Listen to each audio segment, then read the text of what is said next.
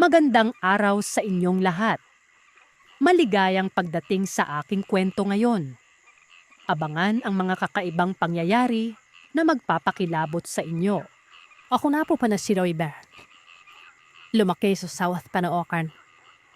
Pero naninirahan na ngayon dito sa lalawigan ng Ormoc sa may Leyte. Isa ako sa mahilig makinig ng kwentong katatakutan. Dahil sa pakikinig ay naingganya na nga akong ibahagi ang isa sa mga hindi ko malilimutang karanasan sa lugar ng asawa ko, sa parte ng Albre, sa Benguet.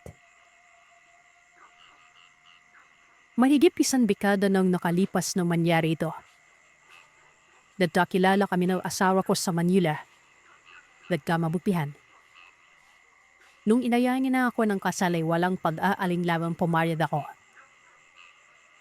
Mahal ko ang asawa ko. Mahal niya rin ako. Isa pa, nung panumin ko siya kung may naiwan ba siyang karelasyon sa lugar nila sa probinsya. Mariin itong tumanggi at sinabing wala siyang naiwang babae o kahit na sinong kasintahan sa probinsya nila. Ang kaya walang dahilan para tandiyan ng anak niyang kasandon. Sa paglipas ng mga araw, napagkasunduan namin mag-asawang magbakasyon sa kanilang probinsya. May katagalan ng hindi nakapagbakasyon ang asawa ko. Sa probinsyang kinalakihan nito. Kung kaya't nang napagkasunduan na namin ang araw kung kailan kami babiyahe. Pinagandaan ko yan. Walang pagsidla ng sayang nararamdaman ko. Dahil sa wakas ay makapagbabakasyon na rin ako sa probinsya ng biyanan ko. Dumating nga kami sa probinsya ng asawa ko. Sobrang tuwa ang nadarama ng pamilya niya. Biniro pa nga ng biyanan kong lalaki ang asawa kong si Wando na. Napakahina umano nito. 2 taon na kami mag-asawa pero hindi pa rin umano kami nakabuo ng paslip. Hinay-hinay na muna tayo pa.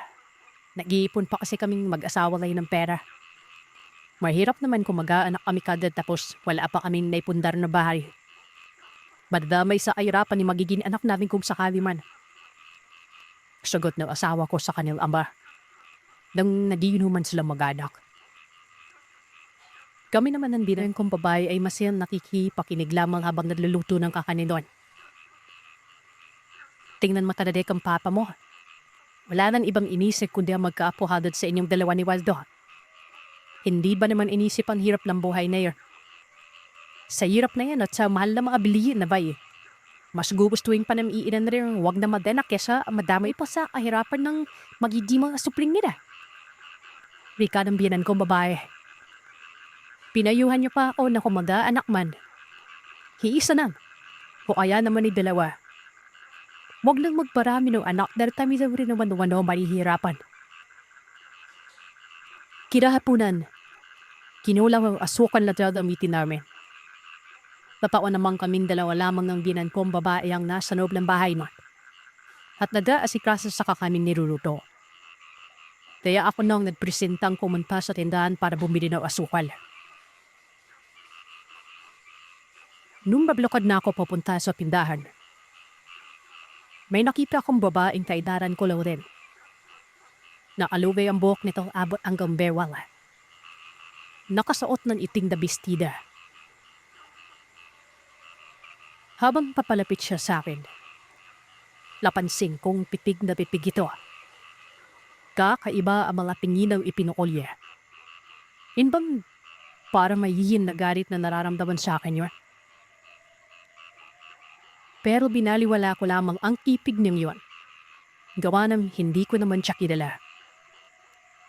Ikatlong araw ko pa namang sarugan ng mga binan ko. Kaya't sigurado ako. Minsan, hindi pa natagpo ang landas naming dalawa ng babae. Nung tuluyan nang makalapit sa akin ang babae, napakislot ako at hindi napigilan ang sariling tumi. Sa kadahilan ng Bigla ba naman hinawakan ng mahigpit ang kamay ko. Nanlilisik ang mga mata ng babae. At tinanong ako kung kaano-ano ko si Waldo. Sa nalalapan na boss ay sinabi ko sa kanyang asawa ko siya. Kao, bakit niya na itanong kung kaano-ano ko yung mister ko? Asawa? Kailan ba? Tanong ng babae. Lapira ba nagulat siya hindi inaasahan ang sagot ko? Di bali na. Noon mo nagsabutin yung tanong ko. Muling sabi nito. Magsasalita pa sana ako. Pero gayon na lamang ang pagkagulat ko ng walang ano-ano. Mabilis niya akong dinuraan. Sabay nang nagsalita ng ano-ano't hindi ko maintindihan noon. Matapos niyang gawin yun ay walang pasabing madali na itong mabinakad pareho. Napamura na lamang ako sa isipan ko habang sinusundan ng babae. Baliw yung babaeng yun. Basta siya. Sa isip-isip ko, inaadjust ko pa sa namik ko ang gumikip na laway ng babae. Tabiri talaga. Nagpatuloy na ako sa paglalakad. At nang makarating na ako sa pindahan, binili ko na ang marakilalan at bumalik na sa bahay. Kinagabihan ng araw na yan. Biglang sumama at napakabigat ng pakiramdam ko. Nauna na akong natulog sa silid. Binilinan ko na lamang ang asawa kong nakikipag-inuman pa rin kung matutulog na siya. Isara niya na naman bintana sa silid namin noon. Dahil hahayaan ko lang yung nakabukas gawa ng naiinitan ako. Nung mailapat ko na ang katawan ko sa higaan, napanibi ako. Mararamdaman ko pila ba merong sugat ang likuran ko. Dali-dali akong bumangon. Piningnan sa salamin ng likod ko. Nang sa noon ay malaman ko kung ba may sugat yon. Pag-anat ko nga ng damit at pagtapat ko sa may salamin, ay agaran kumunot ang aking noo nang makita kong may sugat na ang likuran ko at parang yun gilhipan ng matulis na baday. Nagtataka at napapaisip ako kung saan ko nakuha ang malaking sugat na yon. Pero kahit na anong isip ko, wala akong mahagirap na kasagutan. Ang ginawa ko na lamang ay humiga ng patagilid at natulog na. Kinabukasan pagkagising ko, lalong sumama yung pakiramdam ko. Napakasakit ng ulo ko. Ganun din ang mga mata ko. Para akong nasisilaw sa silap ng araw kaya't nakailang beses ko pang ikirap-kurap ang mga mata ko noon. Gising ka na pa na. Halika na sa kusina para makapalugan na tayo. Bika ni Waldo. Masama man ang pakiramdam ko ay pinilit kong bumangon. At sumunod na sa asawa kong maglakad palabas ng silid mon. Ilang sandali pa. Lapapigil ako sa paglalakad. Nang bigla akong tanungin ng asawa ko kung ayos laban ba umano ako. Sa kakahilot ko sa sentibo ay hindi ko na malayang nakatingin na pala ito sa akin. Sinabi ko sa kanya hindi maganda ang nararamdaman ko. Tagabi pa masama ang pakiramdam ko at hindi ko hanap kung bakit. Lumapit siya. Minaday ang palag niya sa noo ko. Wala ka namang lagnat eh. Siguro masyado ka lang napagod sa ginawa niyang pagluluto ni mama kahapon. Ang mas mabuti pa, bumalik na tayo sa loob ng kwarto. Manpahinga ka na muna. Belam na ka ng pagkain. Anya. Dahil sa talagang hindi na maganda ang pakiramdam ko, sinunod ko na lamang ang sinabi ng asawa ko. Hinapin niya ako pabalik sa higaan. Dumakay Dana. Binilinan niya akong huwag na muna magkitikidos. Magpahinga na raw muna ako para makabawi ako ng yakas nun. Kukuwala ako ng pagkain tsaka ng damot na rin, sabi niya. Sa pagbalik nga ni Waldo ng kwarto, kasama na niya ang binan kong babae. Kita ko sa mukha ng binan ko ang pag-aalala nun. Napagalitan pa nga ako ng binan ko gawa ng Dapat sinabi ko kaagad kagabi na masama ang pakiramdam ko para naasikaso kaagad nun. Kinuha ng binan ko ang bitbit na pagkain ng asawa ko. Siya na ay nag-asikaso sa akin. Inutusan niya rin si Waldo na bumili na muna ng gamot nang sa ganon, makainom na ako matapos kumain. Sa maghapon yon, nakita ko kung paano mag-asikaso at mag-alaga ang biyanan ko. Labis-labis ang pasasalamat ko dahil sa ginawa niyang yan sa akin. Sumunod na araw, napansin kong mas lalo lamang lumala ang masamang pakiramdam ko. Nagkaroon na ako ng galis sa binti at braso na animoy pinagbahayan ng putakte. Yun bang namamaga? May mga butas-butas na maliliit ang nagsipagsulputang galis sa katawan ko. Yung iba naman, parang may mga maliliit na pigsang anumang sandali ay magpuputukan na. Sobrang ngulngol sa pakiramdam. Kaya't may mga pagkakataong humihikbi na lamang ako sa sakit na nararamdaman doon. Idagdag pang, masakit din ang likod ko na para bang kinakastigo ako ng sinturon. Sa pagkakakalang may nakain lamang ako nito mga nakaraang araw at nag-allergy. Dinala ako ng asawa ko at ng binan kong babae sa pampublikong ospital para matingnan at mabigyan ng gamot na panlunas. Niresetahan naman ako ng gamot ng doktor na tumingin sa akin noon. Ayon dito, allergy nga lang umano ang nangyaring pamamaga at pagkakaroon ng mga butlig-butlig sa buong katawan ko. Sundin ko lamang umano ang nakasaad na reseta para mas mapapabilis ang paggaling ng mga sugat ko. Sinunod ko ang lahat ng pinayo ng doktor. Wala akong kinaligtaang kahit na kusing. Pero wala pa rin. Pakiramdam ko, mas lalo lamang lumalala ang sakit ko na umabot pa sa puntong parang nabibiliryo na ako noon. May parang itim na babae na akong nakikitang palaging nakatayo sa gilid ng higaan ko. Tuwing ako lamang ang mag-isa sa kwarto. O kaya naman, nasa bintana yun ang kwarto at nakadungaw. Pakiramdam ko ng mga panahon na yon. Nanlilisik ang mga matang nakatitig yun sa akin na para bang talit na darit. May mga bulong ring na kong naririnig pero sa tuwing sinasabi ko naman yon sa asawa ko ay lagi niyang sinasabi sa akin, wala naman daw siyang nakikita at wala rin umano siyang naririnig. Baka guni-guni ko lang umano ang lahat. Ang mabuti pa, wag ko na lang isipin ang mga napapansin ko. Kung meron ba. Dumaan pa ang mga araw. Mas lalo pang lumala ang sakit ko. Hanggang sa umabot na sa puntong hirap na akong makabangon at maglakad nun. Hirap na rin akong makakain. Gawa ng halos lahat ng pagkain kinakain ko. Lasang kalawang na. Unti-unti na ring lumalaki ang tiyan ko at tuwing sumasapit ang takip silim nun. Para bang may mga insektong nag-uunahang gumalaw sa loob mismo ng tiyan ko. Para bang nanginginain ng mga yon. Ramdam ko ding may mga matutulis na bagay ang tumutusok sa loob ng sikmura ko. Parang karayom. Nang tingnan ko naman ang mga sugat ko sa braso at binte. Nagulat ako at nanlaki ang mga mata at halos hindi makapaniwala. Para na yung puno ng kahoy na may mga ugat-ugat na nakakapit. At kung titigang mabuti ang balat ko, parang balat na ng kahoy na makapal.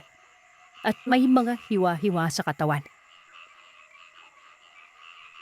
Tila meron ding may mga dagta ng kahoy na kumakatas mula sa sugat na yon. May mga likidong kulay dilaw ang lumalabas doon. Sobrang lansa at napakabaho. Pero ang lubos na ipinagtataka ko, ako lang ang nakakakitang ganun na kalala ang mga sugat sa braso at binti ko noon. Laka ilang beses ko pang iginiit sa kanilang tungkol sa nakikita ko. Pero ni isa sa kanila ay walang naniwala. Hanggang sa isang gabi, Nasa kasarapan na ako ng pagtulog na may napanaginipan ako. Nasa isang malawak na kalupaan ako na napapalibutan ng mga mayayabong na talahiban. Sobrang tahimik sa lugar na yon. Nasa pakiwari ko, parang walang katao-tao. Sa likuran ko naman, may hindi kalakihang bahay ang nakita ko nung lingunin ko yon. Kahit na sobrang napakatahimik ng lugar na yon, nakakaramdam ako ng kakaibang presensya. Nakakatakot. Kaya naman hindi ko maiwasan ang matakot na mga sanaling yon. Napagpasyan kong tumakbo palayo sa bahay. Habang walang tigil ang paglalakad, pinipilit kong hinanap ang daan papunta sa bahay ng mga biyenan ko. Tinatawag ko na rin ang pangalan ng asawa ko at nagbabaka sakaling marinig niya ako. Maging ang biyenan ko ay paulit-ulit ko ring tinatawag ang kanilang pangalan. Pero kahit na ano pa bang pagtawag ang gawin ko, wala talaga. Hanggang sa isang babaeng may suot na belo at kulay itim na bestida ang lumitaw sa harapan ko noon. Galit na galit ang boses nito. Hinawakan ako nito sa buhok, sabay kaladkad papunta sa bahay na nakita ko kanina bago ako tumakbo. Nagsisigaw ako at pilit na nagpupumiglas sa ginawang pagkaladkad sa akin ng babae niya. Samantalang ito naman, parang may sa demonyong walang pakialam. Kahit na nagkanda sugat-sugat na ang likuran ko. Waldo, tulungan mo ako. Sigaw ko at pilit na kumakawala pa rin sa babae. Napakatinis na tawa ang naririnig ko mula sa babae. Parang pamilyar sa akin ang boses na yon. Kasabay ng pagtawa ay narinig ko siyang nagwiwikang, papatayin niya raw ako para tuluyan ng mapasa kanyang asawa ko. Para wala na siyang magiging kaagaw pa kahit kailan. Pilit pa rin akong nagsusumigaw at kumakawala sa babae. Kahit hindi ko nakikita ang mukha niya, ramdam ko ang nakakatakot niyang presensya nun. Hanggang sa isang malakas na sampal ang nagpagising sa akin. Pagdilat ko ng mga mata ko ay nakita ko ang asawa kong nag-aalala. Inabutan niya ako ng inuming tubig. Matapos kong makainom, tinanong niya ako kung ayos na ba umano ako. Samantalang ang mga biyenan ko naman ay nasa tabi nito at mababakas sa kanilang mukha ang pag-aalala. Kanina pa kita ginigising pero hindi ka magising-gising. Ano bang nangyari sa'yo? Tanong na mister ko. Hindi na ako nag-atubili pang sabihin sa kanya ang lahat ng mga nangyari sa nakakapangilabot na panaginip na yon. Nakita mo ba yung itsura ng babae sa panaginip mo? Tanong niya. Umiling-iling ako at sinabi kong hindi ko namukaan. Magsasalita pa sana ako pero gayon na lamang ang pagpupumilit kong kumilos patagilid. Sa kadahilan ng ramdam kong may humahagod mula sa sikmura ko, patungo sa lalamunan, na para bang anumang sandali masusuka ko. Mabuti na lamang at bago ko pa man maisuka ang nagpupumilit na makalabas sa lalamunan, natulungan na akong maitagilid ng asawa ko at doon nga ay walang humpay na akong nagsuka ng nagsuka. Marang hinagod ni Waldo ang likuran ko para maibsan ang pagsusuka. Matapos kong mailabas yon, inayos niya ako ng higa at tinanong kung kumusta na ang pakiramdam ko. Narinig kong napalatak ang biyenan kong babae at sinabing hindi na raw maganda ang kutob niya. Nagkatakang tinanong ng asawa ko ang kanyang ina kung ano ang ibig sabihin nito. Sadlit na tumingin ang biyenan kong babae sa asawa ko bago tumingin ng makahulugan sa asawa nito. May alam ka ba kung bakit nagkasakit ng ganito yung asawa ko? Kunot noong tanong ng asawa ko noon. Dagdag pang saad ng mister ko.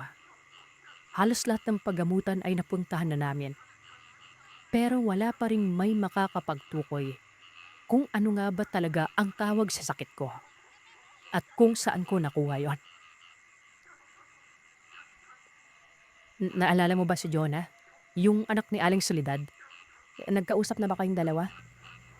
Hindi kaya may kinalaman siya sa mga nangyari ngayon sa asawa mo? Seryosong sunod-sunod na tanong ng binan kong babae. Si Jonah ho, hindi pa po kami nagkausap. Bakit niya po naitanong, ma? Anong koneksyon niya sa nangyari sa asawa ko? Tanong ni mister ko noon. Kahit na hindi maganda ang pakiramdam ko ng mga oras na yon, malinaw kong naririnig ang mga pinag-uusapan nila. Narinig kong nagwika ang binan kong babaeng nakalimutan na ba raw umano ng asawa kong mangkukulam at mambabarang ang lola ni Jonah. Alam ko po yun, ma. Hindi ko naman nakalimutang ganun yung lola niya. Tsaka matanong ko lang, ma, ano bang koneksyon ng pamilya ni Jonah sa mga nangyari? Nag-iisip ka ba, Waldo? Hindi ba't bago ka umalis dito sa atin, pinangakuan mo yung babaeng yun ng kasal? Sinabi mo sa kanya na pagbalik mo dito sa probinsya natin, magpapakasal kayong dalawa. Ma, alam niyo naman na gawa-gawa lang ng babae niyo yung mga sinasabi niya. Alam niyo ba, bago ako umalis dito, matagal na po kaming hiwalay ni Jonah. Siya lang talaga tong ayaw makipaghiwalay. Buntot pa rin po ng buntot sa akin eh. Kaya nga wala akong planong kausapin yun habang nagbabakasyon kami ng asawa ko. Ayokong masira yung magandang bakasyon namin ni Loida. Tigil lang hininga nang marinig ko ang mga sinabi ng binaan kong babae. Hindi ko lubos sa kalaing may iniwan palang kasintahan ng asawa ko bago siya lumuwas na Manila. Ang sabi niya kasi sa akin ay wala siyang karelasyong naiwan sa probinsya nun. Magsasalita na sana ako kay Waldo tungkol sa nalaman ko. Pero nagulat ako nang magsesyon ng biyanan kong babaeng maghanap na raw sila ng albularyo sa lalong madaling panahon. Mukhang tama nga ang hinala niya. Hindi doktor ang kayang makapagpagaling sa sakit ko. Maghanap tayo ng albularyo, ma. Sa ganitong oras talaga. Mag-aalas 11 na. Saan naman tayo maghanap ng albularyong sinasabi mo? Ang ama ni Waldo ang hinarap ng biyanan kong babae. At sinabilang ito na raw maghanap ng albularyo. May binanggit na pangalan ng ina ni Waldo na siyang agaran namang pilunta ng biyanan ko noon. Sumama na rin ang asawa ko para may kasama ang kanyang amang pumunta sa bahay ng albularyo. Konting tiis na lang, anak. Pinunta na ng asawa mo at ng papa mong albularyo. Magagamot ka na rin at hindi ka na mahihirapan pa. Sabi ni nanay noon. Habang hinahaplos ang buko at bahagyang pinisilang kamay ko. Tanging pagtango na lamang ang naging sagot ko habang pilit na iniindang sakit na naramdaman. Makaraan na mahigit 1 oras, dumating na ang mister ko. Kasama na nila ang albularyong sinasabing kakilala ng biyanan kong babae.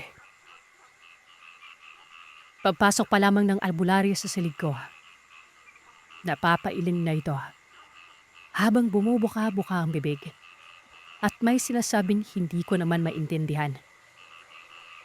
Nang tuluyan na siyang makalapit sa hinihigaan ko, nagulat ako sa ginawa niyang biglaang pagtapik sa balikat ko noon. Pambihira. Kakaibang sakit tong binigay sa'yo ng mambabarang. Sa tinagal-tagal ko na sa pagiging isang manggagamot, at marami na akong mga nagamot at napagaling na taong may kakaibang karamdaman. Ngayon pa lang ako nakatagpo ng ganitong klaseng sakit. Wika ng albularyo. Matapos niya mag-usal ng dasal noon. Maya-maya pa, muli na naman akong nakaramdam ng pagsusuka. Agara namang lumapit ang asawa ko at tinulungan ako makaupo para makasuka ng maayos. Nang makaupo na nga ako, muli akong sumuka. Halos malagutan ako ng hininga dahil sa walang tigil na pagsusuka ko noon. Sari-sari ng nararamdaman ko sa sarili. Hindi ko na yan maintindihan. Sobrang nanhihina na ako dahil sa wala na akong iba pang maisuka kundi purong laway na lamang. Wala na rin kasi akong halos makain ng nagdaang araw Ultimong lugaw, hindi ko na malunok. Kaya naman ng mga sandaling yon, parang gusto ko na lang mamatay kaysa maramdaman yung nararamdaman kong sakit na mga panahon na yon. Biruin niyo ba namang sobrang naapakakati ng mga sugat ko sa buong katawan, na may kasama pang pagngulngul at kapdi na para bang may karayom o matalim yung nakabaon doon. Dahil sa bawat paggalaw ko ay ramdam ko ang sakit. Naramdaman ko lang ang ganung kaganapan nung matapos ng mag-usal ng orasyon ng albularyo. Pakiwari ko, may mga maliliit na insekto ang biglang nabuhay sa loob ng mga sugat ko. Yun ang naging dahilan kaya't sobra-sobra ang pangangati ng katawan ko. Napakasakit din ng mga sugat ko noon. Pasintabi sa mga kumakain. Matapos muling mag-usal ng orasyon ng albularyo at tinapik ang balikat ko. Isang nakakapandiring bagay ang sumabay sa naapakalapot kong laway na manilaw-nilaw. Nang titigan ko kung anong bagay ang may kahabaang lumabas sa lalamunan ko, ganun na lang ang kilabot na nararamdaman ko noon. 3 pirasong bulate yon. Nangingisay-nisay pa. Sobrang tandidiri ang nararamdaman ko't nagtaasan ng mga balahibo ko. Nang tingnan ko ang mga sugat sa braso at binti ko, may mga uod ring kulay puti. May katabaan. Gumagalaw-galaw sa loob ng sugat ko. Para ba yung nag-uunahang makalabas? Halos mabaliw-baliw na ako sa mga nakita ko, Sir Seth. Hindi ko alam kung nagdidiliryo lamang ba ako o ano. Muli ay narinig ko na namang nag-usal ng orasyon ng albularyo. Inihip sa buong katawan ko. Inayos muna ako sa pagkakahiga bago nagbungkahi ang albularyong magpausok umano ang binan ko ng kamangyan palibot sa loob ng bahay. Nang sa ganon, ay mabawasan ng mga nakapalibot na masamang mga nilalang na kanina pa umano nagmamasid-masid. Sumunod ang biyanan kong lalaki. Habang ginagawa niya yon, ay nakita kong may hinawakang medalyon ng albularyo. Pero hindi ko mapagtanto kung anong klaseng medalyon ang hawak niya. Itinapat sa bibig, tapos ay binulungan niya yon sa lingwaheng Latin. Nararamdaman kong tila bugso ng damdamin ang naging dahilan kung bakit binarang tong asawa mo. Rinig kong wika ng albularyo. Nakatulalang napatingin naman si Waldo. Hindi nito alam kung anong sasabihin sa albularyo. Muli ay pumuesto ng albularyo sa gilid ng higaan ko. Inumpisahan na nga akong gamutin. Nakita ko ang ginagawa nitong pagritual laban sa mambabarang na sinasabi nito. Nang nasa kalagitaan na ng pagriritual, sa hindi maipaliwanag na dahilan, bigla na lamang akong hinila ng antok hanggang sa tuluyan na akong nawalan ng malay. Hindi ko na alam kung ilang oras akong nakatulog pero nung magising ako ay nakita kong nakasalampak na sa sahigang albularyo. Para bang hinang-hina ito. Naghahabol ng hininga. Mabilis na lumapit ang binan kong lalaki at ang asawa ko para saklolohan ng matandang albularyo. Kaagad nila yung tinulungan makatayo at pinaupo nun. Sandaling pinakiramdaman ko ang sarili gawa ng napapansin kong ang gaan-gaan na ng pakiramdam ko't hindi gaya nung bago pa man ako makatulog na halos mamatay-matay na ako sa sobrang pananakit ng buong katawan. Anong nangyari? Paos na tanong ko nang lumapit sa akin ang asawa ko. Nagalangan pa itong ngumiti na para bang biglang nahiya o kaya yung tipong may nagawa siyang pagkakamali. Narinig kong nagsalita ang albularyo at nagmungkahing siya na raw ang magkwento sa lahat-lahat ng mga nangyari nung nawalan na ako ng malay. Ayon na sa pagsasalaysay ng albularyo, Sir Seth, nung nakatulog na raw ako, mabilis niya nang hinuli at hinugot ang kaluluwa ng mambabarang para sumapi na yun sa katawan ko. Nung mahuli niya na ang kaluluwa ng mambabarang, dali-dali niya yung dinasalan ng orasyon pamako para hindi na raw makatakas pa. Matapos yung gawin ay inipit niya na sa daliri ko sa paang medalyon at walang patid na pinaparusa ng mambabarang. Galit na galit at nagsisisigaw na nanlilisik o mano ang mga mata ng mambabarang habang nagsasalita ng kung ano-anong masasama. May mga pagkakataon pang minumura nitong albularyo at panakanakang dinuduruan. Kaya hindi na nagpatumpik-tumpik pa ang albularyo at agaran niya nang tinanong ito kung bakit ako binarang at ano ang nagawa kong kasalanan nun. Malakas na tumawa ng napakatinis sa mambabarang bago sinagot ang tanong ng albularyo. Ayon sa mambabarang, nararapat lamang umano sa akin ang ginawa niya dahil isa akong mga agaw.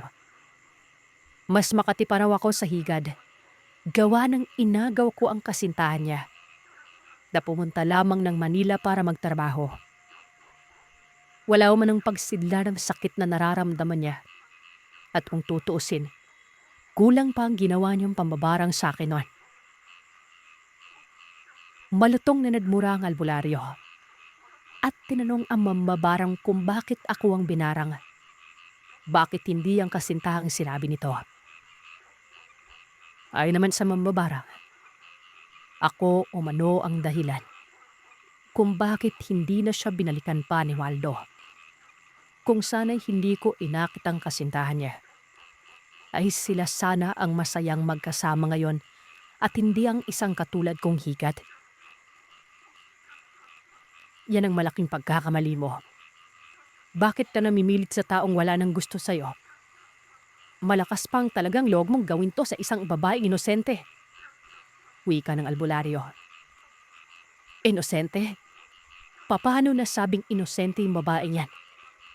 Siya ang dahilan kung bakit hindi ko na makakasama pang lalaking labis-labis kong minahal. Magpahanggang ngayon. Para wala na magiging sagabal pa.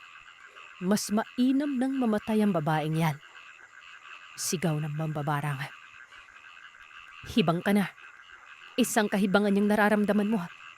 Sa pagkakaalam ko, ang sabi ni Waldo sa akin, bago pa man umalis si Waldo papuntang Manila ay hiwalay na kayo. Hindi mo lang tanggap ang pakikipaghiwalay niya kaya hanggang ngayon, umaasa ka pa rin na babalikan ka niya. Oo, aaminin kong hiwalay na kami bago pa siya pumunta ng Manila. Pero kung hindi umiksena yung babaeng yan sa buhay ni Waldo, may basihan pang pagbalik ni Waldo dito sa baryo ay ako yung babaeng papakasalan niya at hindi yung babaeng higad na yan. Bulyaw ng mababarang at sunod-sunod na nagpakawala ng mga orasyong pangkalas sa pamako. Matapos usalin niyo ng mambabarang, humalinghing ito ng ubod lakas sa pag-aakalang. Nakawala na ito sa ginawang pamako ng albularyo. Ang ginawa ng albularyo, nagpakawala siya ng orasyon, kasabay ng pamarusa, papunta sa lugar kung saan naroroon ang mambabarang na yon. Makaraan lamang ang ilang sandali. Nagsisisigaw ng mambabarang at nagmamakaawa na sa albularyong pakawalan na umano yon. Nangako pa itong mababagong buhay na at hindi na uulipin pa ang nangyaring kapangasan. Sige, papakawalan lamang kita kung aalisin mo ang barang na ibinaon mo sa katawan ng babaeng to. Wika ng albularyo. Malisit na naman ang mga mata ng mamabarang. Sumisigaw kahit na hirap ito sa paghinga. Nagmamatigas na nagsabing hindi niya raw aalisin ang barang na ibinaon niya sa katawan ko. Kahit na buhay niya pa ang magiging kapalit. Naka-ilang beses pang nakiusap ang albularyong baka signanong mambabaral ang ginawa nito sa akin pero wala talaga. Mas lalo itong nagmatigas. Sa huling pagkakataon, pinapili pa ng albularyong mambabarang kung ititigil na nito ang ginawang pambabarang sa akin. Pagbibigyan niya pa ito ng isang pagkakataong mabuhay ng payapa. Tanging dahil pakat napakatimis na tawa lamang ang naging sagot ng mambabarang na yun. Kaya't wala nang nagawa pang albularyo. Binigyan niya umano yun ng panghabang buhay na kaparusahan. Ibinuhos ng albularyo ang lahat-lahat ng kanyang lakas at kaalaman nun. Nakairang beses pa silang naglaban sa espiritual na kumbate. Sa kadahilan ng kahit na hawak niya ng kaluluwa ng mumbarang. Ramdam niyang pilit po rin lumalaban sa lahat ng mga binabatay niyang orasyon. Kanya pa, sa murang edad ng babae, ay masasabi niyang isa ito sa pinakamanakas na mambabarang. Sa lahat ng nakalaban ng nasa panig ng kaliwa, doon lamang siya nahirapang kalabanin. Pinawag niya ng lahat ng mga alaga at gabay niya umano para tinuan siyang matalo ito. Pinasahuli. Siya ang nagogi at tuluyan ng nadapi ang mambabarang. Nabaklas niya rin ang lahat ng mga kaalaman nito tungkol sa pagiging isang mambabarang. Mag-aalom saya at lungkot ang naramdaman ko. Matapos isalaysay sa akin ng albularyo ang lahat. Masaya. Dahil sa wakas ay tinuyan na akong gagaling sa sakit ng ayanman ay hindi ko libos mawaring sasapipin ko. Malungkot naman ako sa sinapik ng dating kasingkan ng asawa ko gawa ng ayon sa albularyo. Habang buhay no manu magiging paralisa ang kalahating katawan ng mambabarang na nakalaban niya. Yun ang binigay niyang parusa. Lang sa gayon ay hindi na muli pang makagawa ng isa pang pagkakamali ang tao ito. Sa paglipas nga ng mga araw, tuluyan ng gumaling ang mga sugat ko. Nung maayos na ako makalakad ay pinuntahan namin ng asawa ko at ng mga binan ko ang bahay ng dating kasingtaan ni Waldo. Pagdating namin doon, nagulat pa ako at manlaki pa na dumaw mata ko. Nung makita ko ang babae na kahidra sa mahabang papag.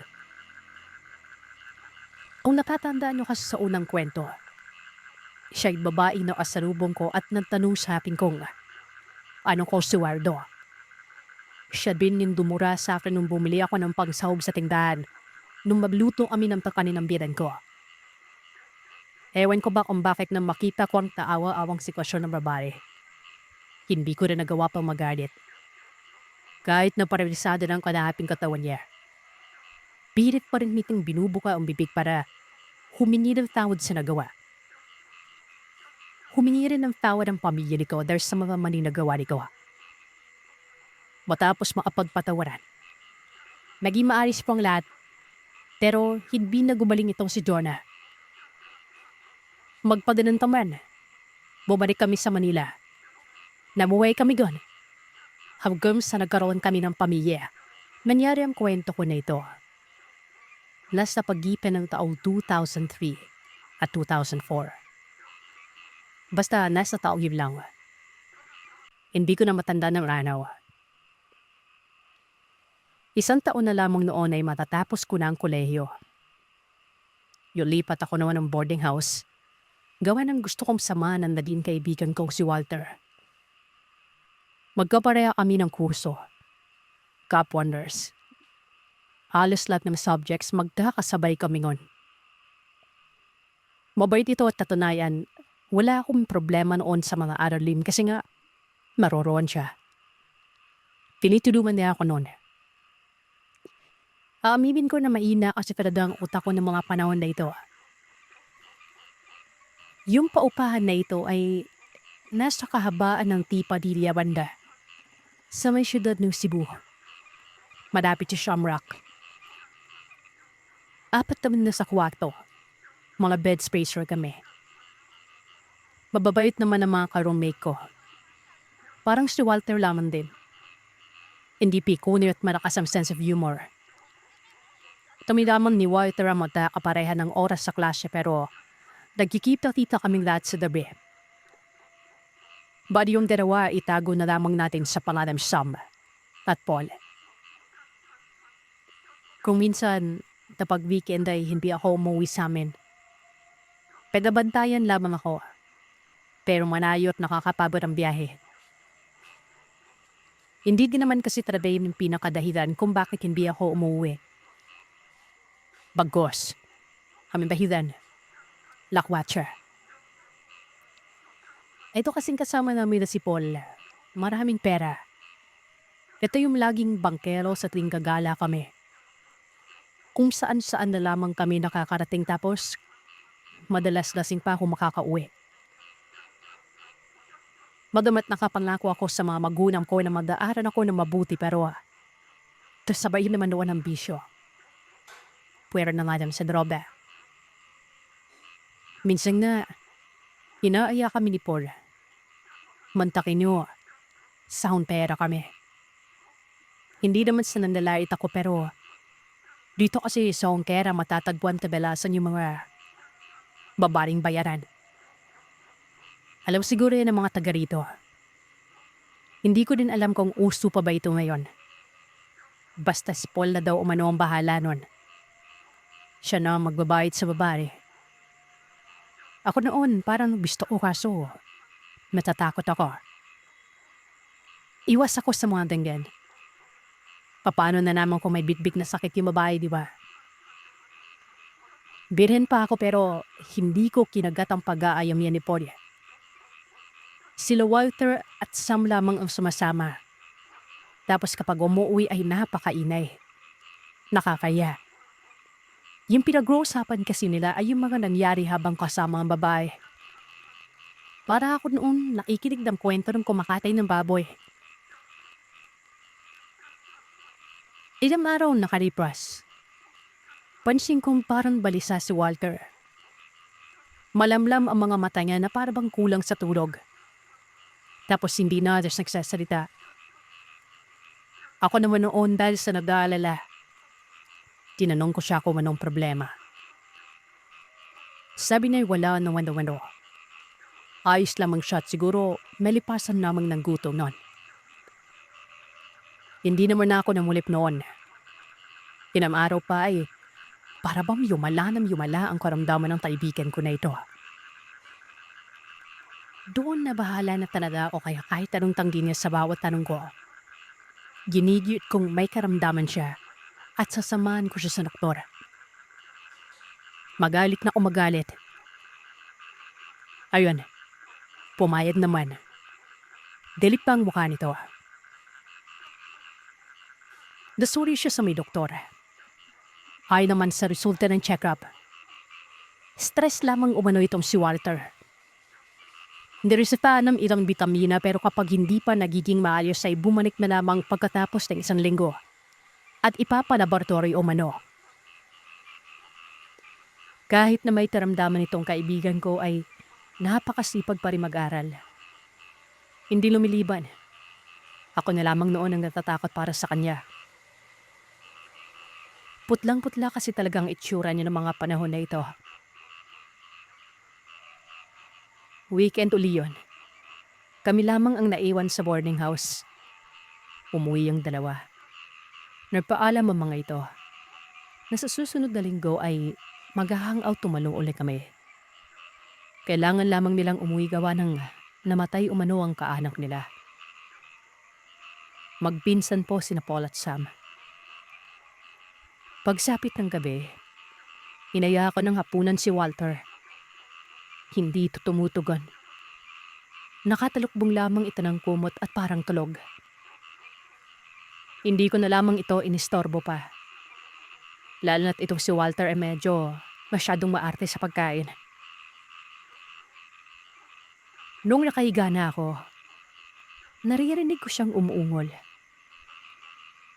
Ako yung nasa itaas ng double deck na hinihigaan naming dalawa.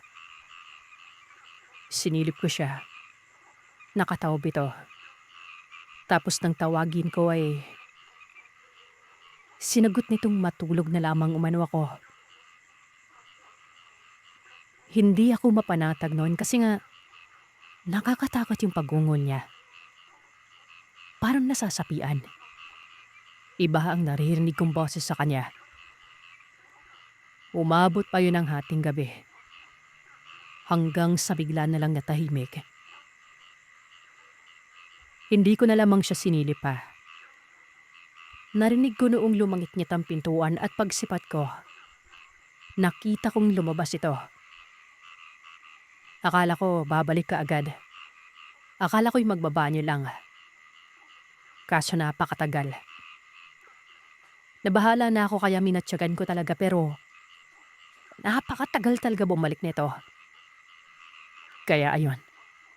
Bumaba na ako ng higaan tapos sinipat ko siya sa may labas.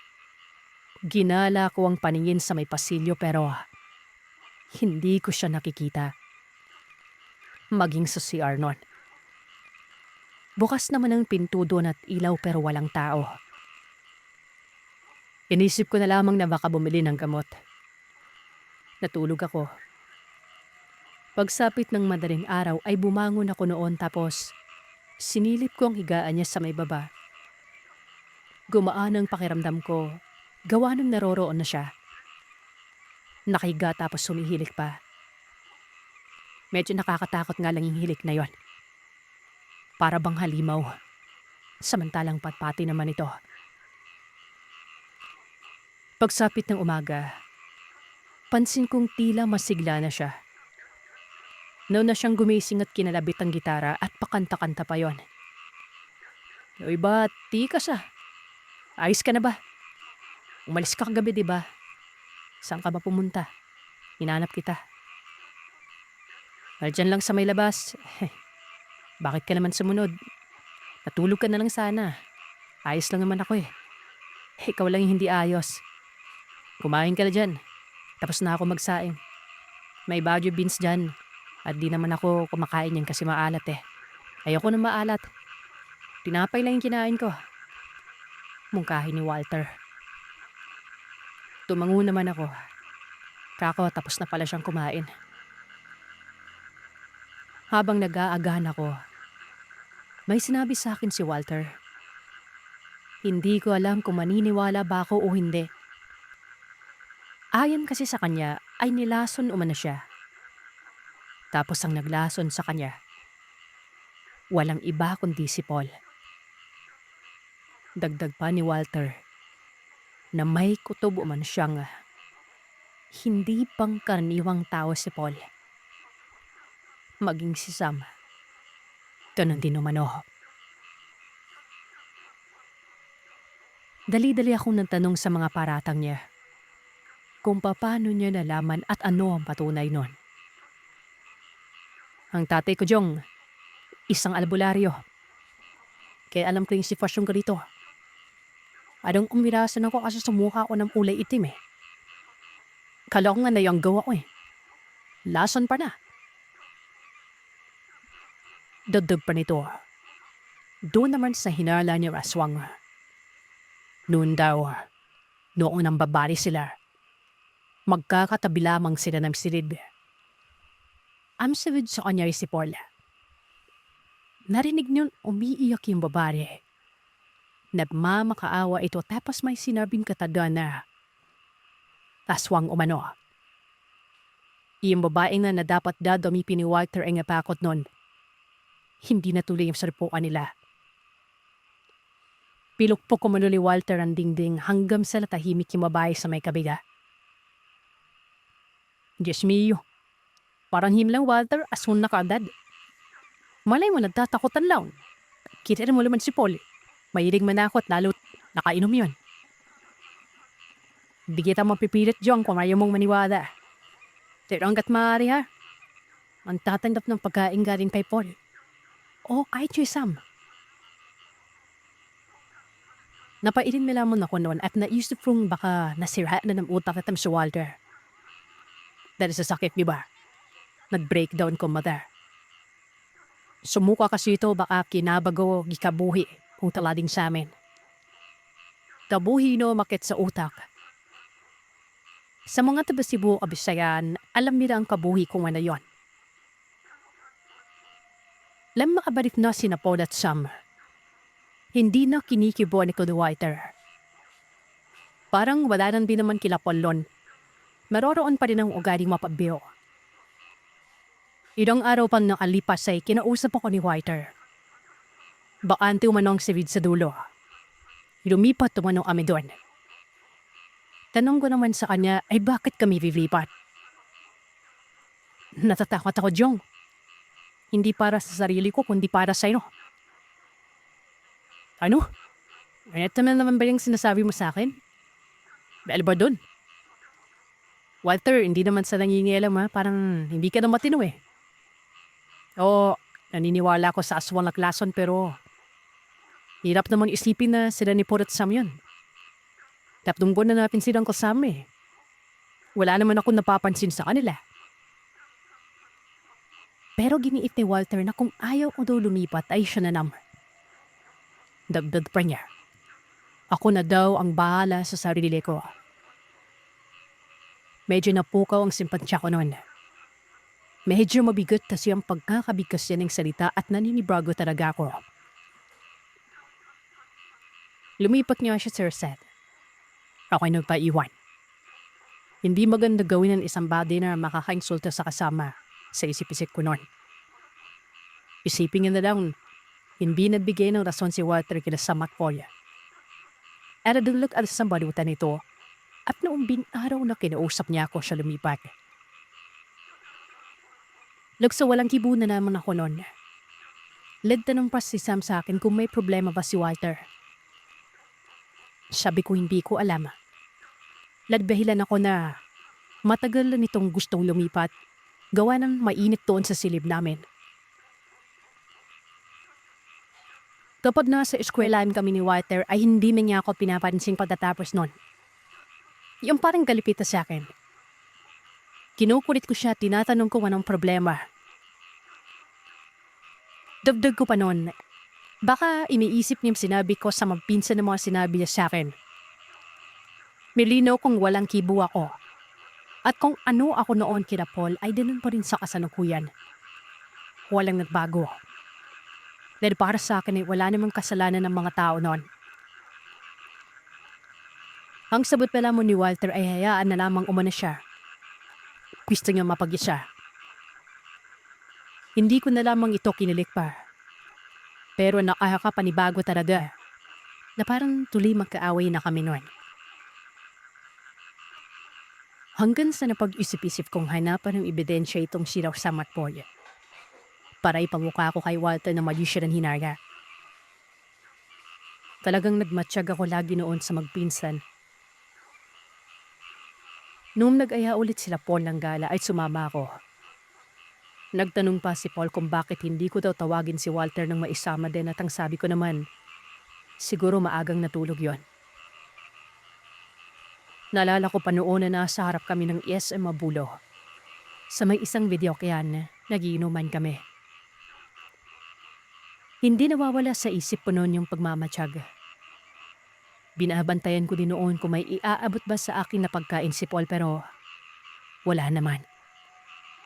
Tagi-isang baso pa nga kami sa inuman. Maarte din kasi itong si Paul. Ayaw ipasa-pasa ang baso. Hanggang sa natapos na yung inuman namin. Tapos ay naglakad lang kami pa uwi. Mas maganda kasing maglakad kasi nakakapagkwentuhan pa kami noon. Tinanong ko si Paul kung magkakasabay ba sila sa silid ni Walter. Kung magkakasabay ba ng upa noon. Ayon naman kay Paul, hindi siya sigurado pero sa tingin niya ay nauna itong si Walter. At si Walter lamang talaga ang nasa silid. Kasi nga natatakot ang iba dito. Weirdo umano si Walter. May nakakasama minsan pero hindi nakakatagal. Lumilipat ng silid. Sila ni Sam naman noon ay nasa itaas pero nang umulan ng malakas at nasira ang bubungan, lumipat sila sa baba. Hanggang sa nakasama na nga nila itong si Walter. Siyempre, naasawa sila kay Walter kasi nga napakatahimik. Iba makatitig. Nagbago nga lang ang ugali nito nang lumipat na raw ako. Naging palabiro na. Pero wala lang naman yun sa magpipinsan. Ang importante sa kanila ay may silid at magkakaibang higaan. Doon na ako naguluhan. Di ba nga, maglalakbay sa isip natin ang maraming tatanungan.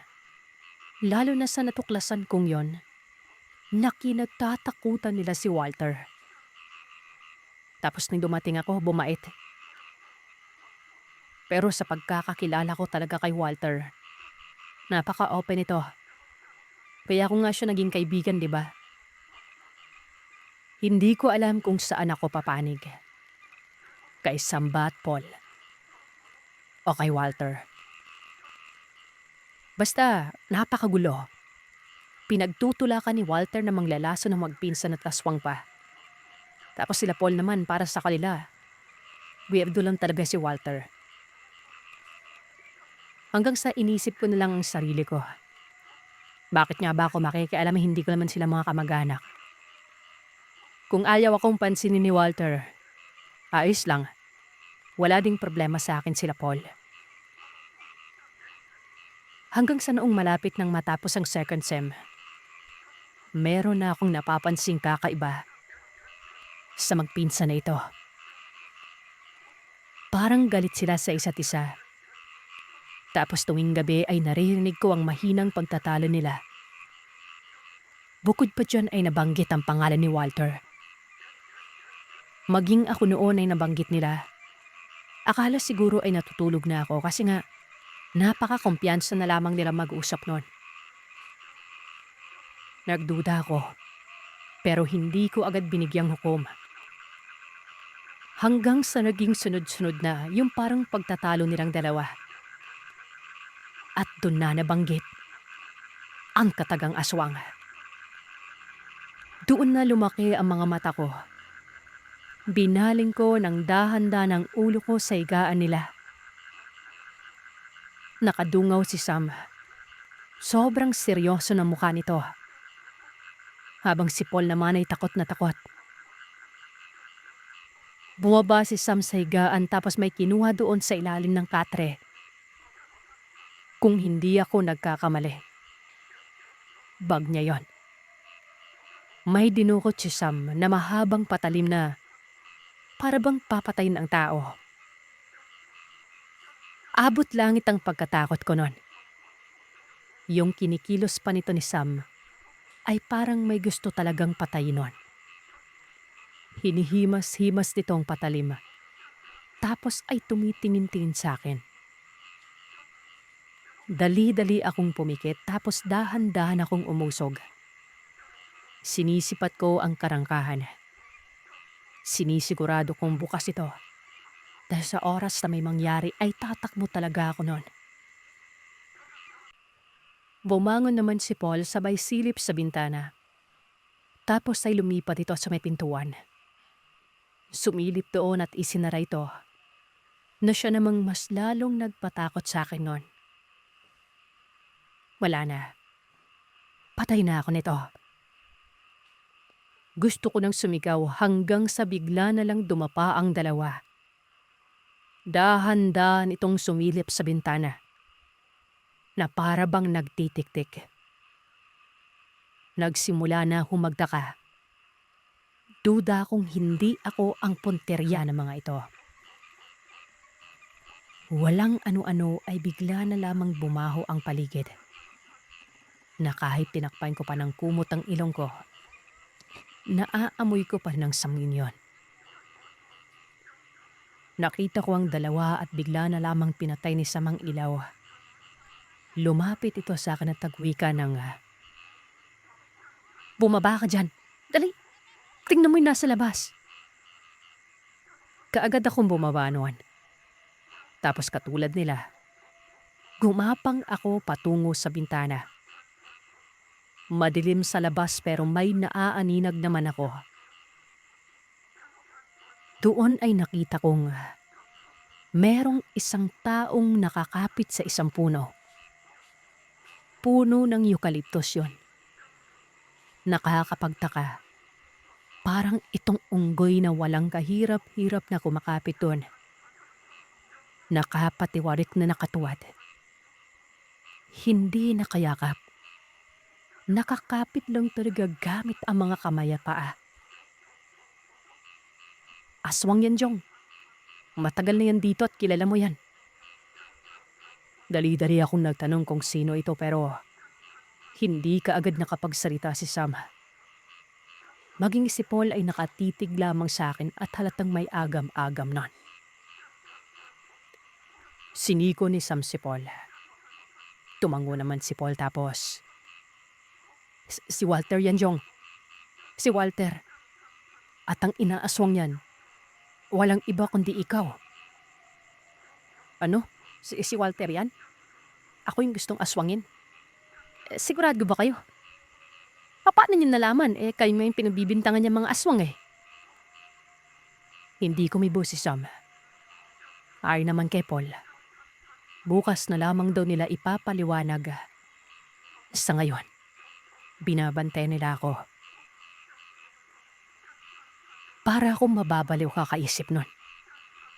Oo't may aswang pero papanong nangyari na si Walter ito? Hindi na lamang ako sumabat. Nakasilip lamang kami sa nilalang na yon. Siguro, mga 10 metro ang layo nito mula sa bintana ng silid namin. Sa likod banda ito, na kung saan tambakan ng basura doon. Maya-maya ay bigla na lang gumapang pababa yung nilalang. Isipin niyo na lang yung pelikulang The Grudge. Tanoon ang postura ng paggapang niya. Nakaangat ang siko at tuhod. Sabay kaming dumapa ng marahan noon kasi nga tinulak ako pababa ni Sam. Bumulong ito sa akin.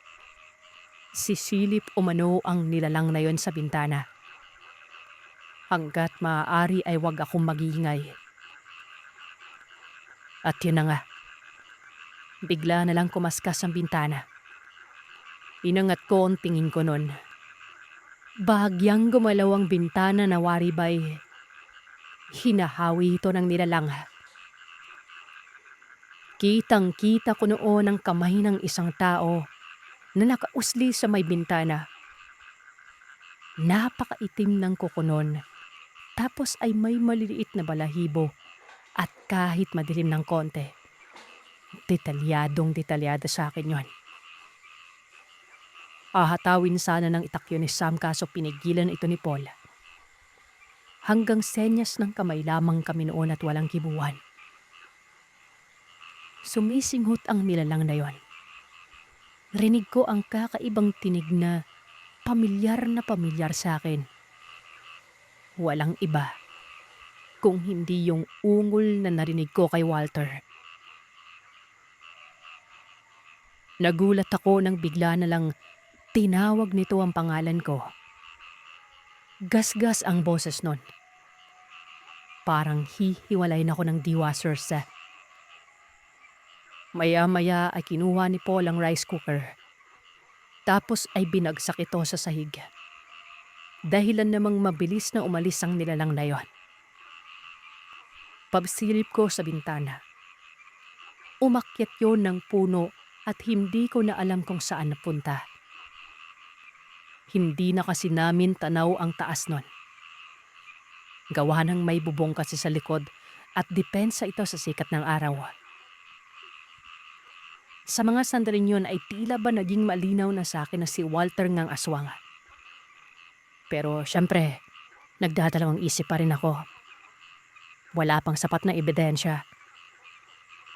Hanggang sa tunog lang pero malay ko ba kung nagkamali pala ako nun. Ultimong sila Paul ay hindi ko pa talaga pinaniniwalaan. Kaibigan ko si Walter. Kahit papano'y may pinagsamahan kami. Kinabukasan, maaga kong pinuntahan si Walter. Wala ita sa silid niya. Nakasara ang pintuan. Wala din yung sapatas niya sa may labas. Halatang umalis yun. Umaga ang klase namin noon pero masyado namang maaga kung ganong oras siya umalis. Kapuputok pa lamang ng bukang liwayway. Inisip ko na lamang na baka umalis ito kagabi. Tapos hindi pa bumabalik. Hanggang sa noong naghahanda na ako para sa eskwela. Wala pa rin ito. Kaya naman nagtanong na ako sa landlord. Baka kasi nagpaalam sa kanya sa kung saan ito nagpunta. Doon ay nalaman kong umalis sa Mano kagabi. Nag-alsa balutan ito. Lumipat sa kabilang paupahan sa tapat. Nakapagtataka kung bakit lumipat Bumukod na nga ito ng silid noon. Hindi ko na lamang pinagtuunan ng pansin hanggang sa magkita kami sa may eskwelahan. Sa mga sandaling yun ay pangiti-ngiti na ito. Pinapansin niya na ako. Lumapit pa yun at kinausap ako pero sinakyan ko lang. Minbang parang normal lamang na pakikipag-usap pero napatigil ako ng saglit nun. Nung araw na yun ay may kakaibang amoy kay Walter. Bagamat hindi malala pero panaka-naka kong naaamoy ang samyo at napakabaho nito. Nakakaduwal. Para bang nakatapak ng dumi si Walter. Pero patay mali siya lamang siya. Hanggang sa binanggit na naman niya sina Paul. Iwanan ko na daw ang mga ito at lumipat daw ako sa nilipatan niya. Total ay may isang higaan pa naman doon at katunayan ay ipinireserve daw niya para sa akin yon. Hindi ako kumibo. Tumango lamang ako tapos nagsenyas na aalis na ako. Nung umuwi na ako, sina Paul at Sam ay nasa boarding house at hindi sila pumasok ng eskwelahan. Para bang inaantay nila ako nun. Ang sabi ni Paul ay kailangan ko daw lumapit sa isang albularyo. Sumama daw ako sa kanilang lugar. Dagdag pa ni Paul, baka dumating sa punto na mayanggaw daw ako ni Walter. Sabi ko, sigurado pa talaga sila? Si Walter nga ba yung aswang? Ipinatawas namin si Walter. Doon na pag-alaman naming aswang siya. Oo, Jong, aswang siya. Kaya kami lumipat sa silid ni Walter. Napag-alaman namin na may inaaya si Walter na kaeskwela. At ikaw yun. Ikaw yun, Jong. Sabi kasi ng albularyong kapitbahay namin, sabayan daw namin sa silid para hindi makaporma. Maniwala ka sa amin. Para sa ito, Jong. Hindi tayo magkakamag-anak pero may malasakit kami sa'yo. Nakapagbitaw ako ng mabigat na salita pero tinitigan ako sa mata ni Paul. Nilason namin si Walter. Lason yan para lumitaw yung kanyang totoong pagkatao. Pero ininda niya lang. Malakas na uri ng aswang ata yung si Walter sabi ni Paul. Doon ay napakunot ang mukha ko. Inamin ni Paul na nilason nga nila. Na siya namang tumutugma sa naging salaysay sa akin ni Walter noon. Gulong-gulo talaga ako ng Sir Zap. Hanggang sa naisip ko noon na sakyan muna sila Paul. Kung ano mang nais na mga ito. Sasakyan ko ito katulad ng pagsama sa kanilang lugar. Sabado, sumama ako. Taga Cebu nga silang dalawa. Katunayan ay malapit ang bahay nila sa banal na simbahan doon. Napakatanyag ng simbahang ito. Walang iba kundi ang simala. Ipinasuri ako sa may albularyo na nilapitan ng magpinsan. Ang sabi ng albularyo na itago na lamang natin sa pangalang Jose. May marka umano ng yanggaw sa katawan ko. Kukonti na lamang umano at papasok na sa sistema ko ang pagiging aswang. Hanggat maaga pa, wag na umano akong makipag-ugnayan sa kaibigan ko. Kahit anong mangyari ay layuan ko ito. May pinasot ito sa akin. Hindi daw ako kasi kumbinsido. Yung kwintas umano na pinapasuot niya ay mabisang pangontra yon. Mahahalata umano ang reaksyon sa mukha ng kung sino mang nilalang na ito sa oras na lumapit siya. Naniwala ako sa pagkakataong yun pero hindi ako kumbinsido talaga. Napakaraming sinabi ng matanda. Iilan lamang ang naiintindihan ko dito. Yumarka daw. Tapos papasok na sa sistema ko ang pagiging aswang. Nakakapagtaka pero nalaman ko sa kasalukuyan ang mga sinasabi niya sa akin. Ito na rin ay dahil sa patuloy kong pag-aaral ng karunungan. Sabay-sabay kaming bumalik noon sa Cebu. Walang ibang laman ang isip ko noon kung hindi ang patunay Yung kwintas na binigay ni Mang Jose, tela itong kulay pula. Tapos ay may nakakapakong maliit na bote. Parang white flower ang laki nun. Tapos ay may amoy itong parabang langis sa niyog pero napakatapang. Nung nasa eskwelahan ako ay lumapit sa akin si Walter na may bitbit pa itong suman. Inabot niya sa akin yun. Sabi niya para sa akin umano at siya ang nagluto. 3 piraso yon. Tinanggap ko ito, Sir Seth. Pero ilang saglit lang. Napansin kong tila naging balisa ito. Napakalikot na mga mata. Panay sipat sa dibdib ko. Kinabahan ako noon. Hindi kaya kumpirmado na may kakaibang reaksyon niya. Tumikit ako sa kanya pero bigla niya na lamang akong tinulak. Tinuro pa niya ako ng daliri, tapos nang gigigil ang panga nito. Hanggang sa umalis yun. Pagka-uwi ko ay sinabi ko kaagad kina Paul ang natunghayan ko. Tapos ay pinakita ko sa kanila ang ibinigay na suman. Sabi naman ni Paul, itapon ko daw. Dagdag pa nito, hindi na kailangan pa ng dagdag patunay. Naasiwa umano sa akin si Walter dahil ito sa binigay na pangontra ni Mang Jose. Kinagabihan, bigla na lamang bumisipa si Walter. Nasa bukana ito ng pintuan at nais umano akong kausapin. Malalim na gabi yun, kaya't takang-taka ako. Sinengesan ako ni Paul at Sam. Umiiling ang dalawa at kaagad ko namang nakuha ang ibig nilang sabihin.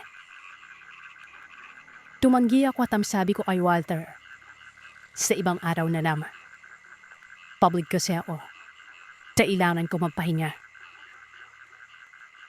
Umalis ito pero nakita kong nadadabog. Siluntok pa ang harigi pagkarabas ng paupahan. Pagsapit ng madaling araw, nabulabog kaming lahat, Sir Seth. Maging ang ibang namumupahan doon. Nagpakita ulit ang aswang pero nagwawala ito sa may bandang likuran. Silusuntok pa ang bintana namin.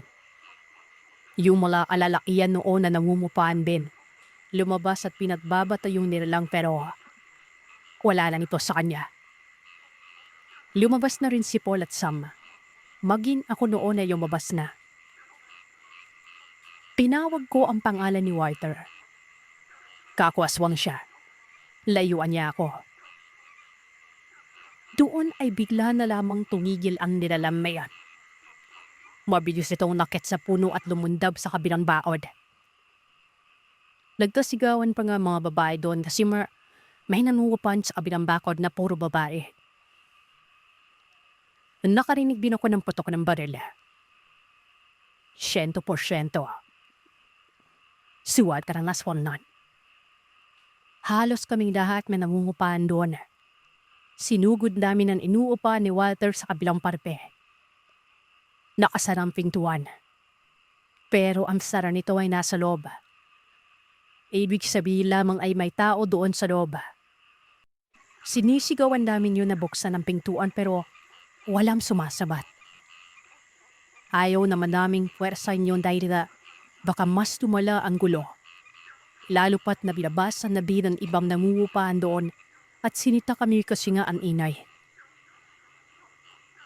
Binantaan ni Paul si Walter na kapag hindi pa tumidi ito sa pagagambala sa akin ay papatay niyo man na yon. Dahil doon itatahimik ang mga tao. Pero wala naman kaming binanggit na aswang. Hanggang sa umalis na lamang kami. Nananabit na halong pagtatakot ako noon sa kung ano bubuhad kinabukasan. Kasi na, magkaklase kami ni Walter eh. Magkikita at magkikita kami. Pero wala si Walter. Hindi siya pumasok. Hindi ko nakita sa lahat ng subjects na magkaklase kami. Umabot na lamang ng 1 linggo. Pero hindi na siya nagpakita pa.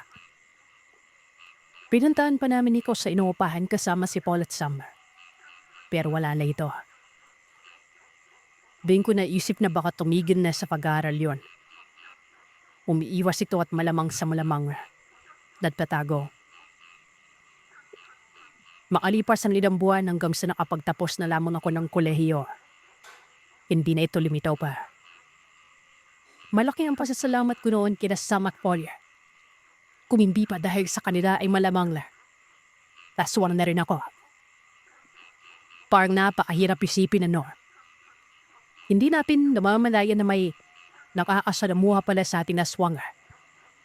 Napakahirap nilang kinapisin. Parang tao lang. Sa mayon, gaya ng nabanggit ko kanina ay meron na akong karunungan. Hindi man biyasa pero kahit papano, nakakatulong ito. Sa akin at sa ibang tao, itago niyo na lamang ko ako sa pangalang Val. At itong mga kwentong ibabahagi ko ay tungkol sa isang isla sa Cebu. Isa itong tourist destination, Sir Seth. Series of events din ang ibabahagi ko na ito. At yung panghuli ay siguro pinaka-main story gawa ng isa ako sa mga nakasaksi ng pangyayaring yon. Simulan natin sa karanasan ng tatay ko. Bata pa si tatay noon. Naglalaro umano siya sa tapat ng isang lugar na tinatawag na kota. Meron umanong tumatawag sa kanya habang naglalaro noon. Pagkalingon niya, meron siyang nakitang mga maliliit na tao. As in, mas maliit pa umano sa mga unano o sa kanya. Gawa ng wala namang kamuang-muang si tatay noon. Hindi ito nakaramdam ng takot. Tsaka mukhang mababait naman daw. Niyaya umano siya maglaro ng mga ito. Hindi naman siya tumanggi. Sumunod siya sa mga maliliit na tao na ito, Sir Seth. Pumasok sila sa isang maliit na butas o kuweba. Namanga si tatay noon gawa ng ultimong siya. Bigla na lamang nagkasya ng hindi niya mapaliwanag. Tuloy-tuloy siyang sumunod sa mga ito. Hanggang sa makalabas sila sa kabilang parte na ayon kay tatay, napakamaliwanag. May mga naglalakihang mga bahay at napakasaya umano ng lugar. Akala mo merong kapiyastahan o handaan. So ayun nga, walang ginawa si tatay doon, kundi maglaro ng maglaro. Hanggang sa sumapit yung pagkakataon na niyaya siya ng mga kalaro niya na kumain. Natuwa naman si tatay. Pagkain yun Pero noong makita niya umano na isa sa mga nakahanda doon ay itim na kanin, para daw siyang natauhan noon. Naalala niya yung palaging paalala ni Lola sa kanya at medyo nakaramdam siya ng takot. Sabi niya na lamang, busog pa umano siya. Maya-maya pa, nagpaalam ng maayos si tatay. Sabi niya uuwi na siya. Baka hinahanap na siya sa kanila. Babalik na lamang daw umano siya sa susunod. Pagkasabi niya noon, Sir Seth, bigla na lamang napansin ni tatay na wala na siya doon sa lugar. Nasa tabing dagat na ito. At kaharap na niya mismo ang nanay niya na merong kasamang mga tao na merong ilawan. Tinanong siya ng nanay niya kung saan galing ito gawa ng ang akala nila napunta na ito sa dagat at naludot. Sinabi naman ni tatay na naglaro sila ng mga kaibigan niya at saglit lamang naman umano yon. Yun nga lang, Sir Seth, noong oras na nakita siya ng nanay niya, 10:00 na umano yun ng gabi. Nung huling laro ni tatay, hapon pa, at napakasaglit lang noon. Dali-dali itong pinauwi ni Lola at pinagsabihan na sa susunod na magpakita sa kanya ang mga yon, wag na siyang sasama dahil paniguradong hindi na siya makakabalik. Ikalawang karanasan ni tatay. Bale, meron na siyang edad noon. Nagdesisyon umano sila na mag-inuman pero bago yon. Sabi ng isa niyang kainuman ay mangawil daw umano sila. Sa mga hindi nakakaalam ng mangawil, manghuli ito ng isda.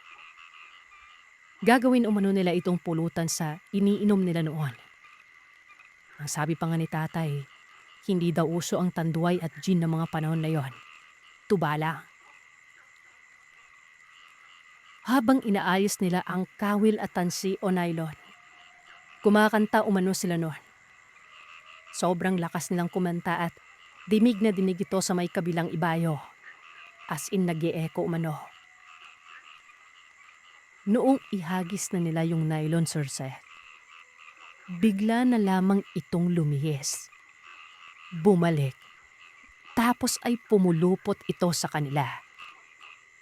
Nagsitakbuhan umano sila sa takot noon. Paulit-ulit na humingi ng pasensya gawa ng napakainay nila kahit na kalaliman ng gabi.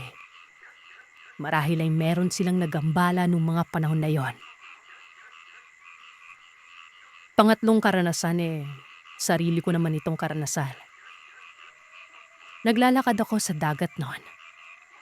Naalala niyo yung kota na dinaanan ni tatay nung bata pa siya. Doon ako huminto sa tapat. Umupo ako doon. Dahil sa meron akong dalang maliliit na tau-tauhang sundalo, naisipan kong ilagay ito sa may patay na puno ng niyog. Yung tipong gagawin kong target. Babatuhin ko para matumba. Tipikal na palipas oras noong kabataan. Noong mga bandang tanghali na, tinawag na ako ni Lola para mananghalian. Pagdating ng hapon, inantok ako at nakaidlip. Pagkagising ko, Sir Seth, sobrang sama na ng pakiramdam ko. Napakataas ng lagnat ko noon. At ito na. Habang pinapakiramdaman yung sarili ko, bigla na lamang akong nakakita ng 4 na maiitim na malalaking tao. Nakapaikot ito sa akin. Niyaya nila akong sumama noon. At sa takot ko, nagsisisigaw ako noon na ayoko. Ayokong sumama. Narinig nila Lola noon.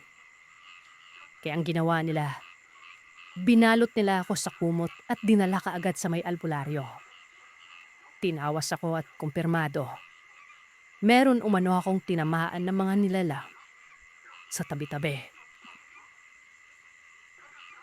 Madako na tayo sa pinaka-main story. Nangyari ito sa pinsan ko.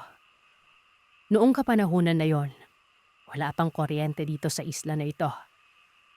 Kapag summer break sa eskwela, umuwi ako dito gawa ng hinahanap-hanap ko yung samyo ng dagat. Tsaka dahil sa tourist spot ito, maraming magagandang beach at marami pang pagkaing dagat. Itong pinsan ko na tawagin na lamang natin sa pangalang Mar. Isa itong gitarista noon sa may simbahan. Isang araw, naisipan niya magpahinga sa isa sa kubo o pahingahan ng mga estudyante na nasa loob ng compound ng eskwelahan. Walang pasok noon, Sir Seth. Summer. Pero pwedeng gumala-gala sa loob ng eskwelahan na yon. Bali siya lang yung mag-isa noon. Dahil sa masarap ang magpahinga doon sa may tambayan na yon, nakaidlip umano siya. Nagising na lamang siya nang marinig yung tunog ng kampana ng simbahan nang ibig sabihin, orasyon o 6:00 na ng hapon. Pabangon pa lamang umano siya noon nang makita niyang meron siyang katabi na isang babae. Napakaputi. Mahaba ang buhok. Tinanong niya ito kung taga saan at ano ang pangalan, Sir Seth. Dahil sa liit ng lugar namin na yon, halos lahat ng tao doon magkakakilala. Pero itong babaeng ito, unang beses niya palang makita ito doon. Hindi ito sumagot. Bigla na lamang umano itong tumayo. Lumabas doon sa may pahingahan na tumalis. Hinayaan na lamang ito ni Mar at gawa ng hapon na rin. Umuwi na rin siya. Matapos ang hapunan at pagpapatunaw, gawa ng wala ka namang gagawin kapag sumapit na yung gabi sa lugar. Naganda na itong si Mar para matulog. Papikit-pikit na siya noon. Walang ano-ano. Meron siyang naramdaman na parang merong presensya sa bandang paanan niya. Pagkadilat niya noon, Sir Seb. Laking gulat niya umano nang makita yung babaeng ito. Yung aninang atabi niya doon sa kubo pahinaan. Hindi alam ni Marco ano ang nangyari pero bago pa man siya makasigaw o makaramdam ng takot noon, bigla na lamang siyang niyaaya ng babae nito. Nawamasyal. Siyempre, napaisip si Mar noon. 10 oras na ng gabi. Wala na itong pwedeng pasyalan. Wala bing masakyan. Ang sabi ng gobari sa kanya, huwag daw mag-alala at siya na ang bahala. Hindi makatandi ang pinsan ko na ito. Sumulabi kong naglakad ko sa aming direksyon patungo ng babae. At sa maniwala man tayo sa hindi, sa harapan nila, merong biglang lumitaw na isang sasakyan na maihahambing mo sa isang taxi. Sumakay umano sila doon. Hindi umano makontrol ni Mara sa sarili niyang katawan. Akala niya nananaginip lang siya. Yung sasakyan lay po, Sir Seb. Merong nagmamaneho na hindi niya maaninag at dire-diretsong sumalubo at tumasok sa ilalim ng puno ng kulo o sa Tagalog ay rimas. Sa mga hindi nakakaalam ng puno nito, yun ibaon ni Play parang bandera ng Canada at ang bulaklak ay mahabang hotdog na berbe. At kapag lumaki ang bula, para itong langka, Sir Seth. Sabi-sabi nga sa amin noon na itong punong ito, yung kadalasan binabayan na maraming kanto. So yon. Pagdating nila sa ilalim ng punong yon, mula sa pinanggalingan nilang gabi at madilim, bigla na lamang umanom lumiwanag ang lahat. Yung pipong nabumadala para pa umano may kasiyahan doon. Napaka-progresibo umano ng lugar ayon sa pinsan ko rito. Magaganda ang kasuotan ng mga tao. Merong mga magagaharang sasakyan at mga gusali na para bang may summer inila umano kong pinggan. Doon lang nagsimula. Tuwing orasyon o oras sa istal hapon, sinusundo siya ng babae nito. Makailang beses din siyang sumama. Hindi ito linid sa kaalaman ng nanay niya dahil kapag umuwi ito si Ma, basang-basa ang buong damit nito. Talaliman pa ng kabiyaner.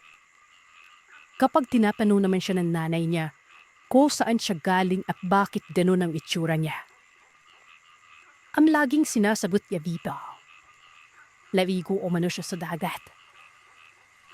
Nababaliw ka na ba, Mara? Kailan ka pa naigo ng nakadabit? Paulit-ulit na sermon ng nanay nito. Meron pala mga dabi na nakatambay kami ng dalawa niyang kapatid at ng iba pa namin kabarkada. Laki pa namin siyang dumaraan. Tinawag namin pero hindi ito sumagot. Bilumingon, hindi na ginawa. Para bang hindi na kami naririnig noon. Hanggang sa ipong partikular na gabi, Sir Seth. Dadahantay kami ng truck na bikarga noon. Dadayo kasi kami noon sa isang sayawan. Sala. Medyo malayo-layo yung lugar kaya yung truck na may karga ng kopras yung balak namin alkasan. Dalang yung buhay namin Babybon. Maya-maya pa, meron kami nilarinig na sumisigaw. Si Pia Upenikaw, nanay ni Mar. Humingi ito ng saklolo, Sir Seth. Ang nangyari, etong si Mar, hindi umano nagpapapigir. 6:00 ng gabi, lumabas ulit ng bahay nila. Sinubukang tawagin ng nanay niya pero hindi ito nakikinig. Nagpaiwan ako doon sa may kanto samantalang ang iba pa namin kasamahan. Tumulong lang sa paghabol sa kanya. Maya-maya pa, nakita nila ito doon sa puno ng rimas. Nakaupo. Niyaya nila ito sumama pero ayaw niya. Ang ginawa nila, inakay nila ito, Sir. Anim sila noon pero hirap na hirap sila sa pagbubuhat dito. Nagtao-tao sila sa mga kalapit-bahay. Nakiusap na kung pwede ay doon muna ilapag o paupuin si Mar habang pinapawag ang pare. Doon na ako sumama sa kanila. Pinaupo namin siya sa isang silya. 4 ang humahawak sa kanya noon. Tig-isa sa mga braso at hita gawa ng nagwawala ito at napakalakas. Nakatago lamang ako sa pintuan noon, Sir Seth. Takot na takot ako gawa ng ganito yung napanood ko sa Exorcist. Hinamumuti yung mata, nagwawala, at nag-iiba yung boses. Idadad mo pa yung nagtuturo-turo ng kung sinong makita at ibang lingwahe na ang lumalabas sa bibig niya. Duwaping si Father Philip noon, pari sa lugar namin. Lalong nagwala ito si Ma. Pagkatapos magdasal ay nagbigkas ang pari ng Mar sa lipa. Tapos pinatakan ito ng holy water si Mar sa bibig. Pagkalunok niya noon, bigla na lamang itong nanlambot na animoy na upos na kandiya. Noong buhapin ulit ito, hindi na kailangan ng 6 na tao. Gumana ito bigla. Dinala ito sa may kumbento at pihabantayan muna sa amin. Binigyan ito ng krus na inikot sa kamay niya, galing sa isang seminarista. Nang may masmasan, Sir Seth, bigla na lamang itong tumayo. Pero yung kalmado lang. Yun lang yung nakakatakot pa rin kahit papano. Malakad-lakad ito. Sabi ko pala matulog na siya. Bigla nitong binuksan ng bintana. Nagulat ako noon. Tapos bigla ba namang kumaway? Naninimig-ninig na ang boses ko noon pero pinanong ko kung sino ang kinakawayan niya. Wala nitong pagdadalawang isip na sinabing yung babae daw. Tumingin naman ako doon sa may bintana.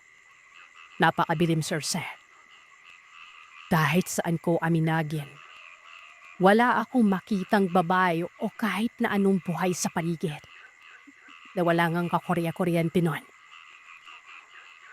Sumunod na araw, maagang-mahaga pa pagkagising namin. Nagpasama ito si Mar sa baba, sa may hardin. Yumapit ito sa isang pungpum ng bulaklak. Merong kinuha. Ang pinulot niya doon, yung krus na pinulupot sa kanya ng seminarista. Taan pa ka ako nun gawa ng paano napunta doon sa alamanan hindi naman kami dumaan doon no bimala namin siya. Ang sagot ba naman niya sa akin? Biladay daw ng babae doon. Takot na takot ako noon. Ewan ko, Sir Seth, pero pagka-uwi ko sa tirahan namin, hindi ko na pinagpatuloy ang bakasyon ko doon. Agad-agad akong nag-impake para bumalik sa Maynila. Hindi ko sinabi kay tatay ang rason at ang naranasan namin doon. Hindi kadaulan, nabalitaan ko na nagpakasal na ito si Mar sa nobya niya. At base sa pagkakalam ko, ito yung paraan para tuluyan na siyang lubayan ng inkantong nagkakagusto sa kanya.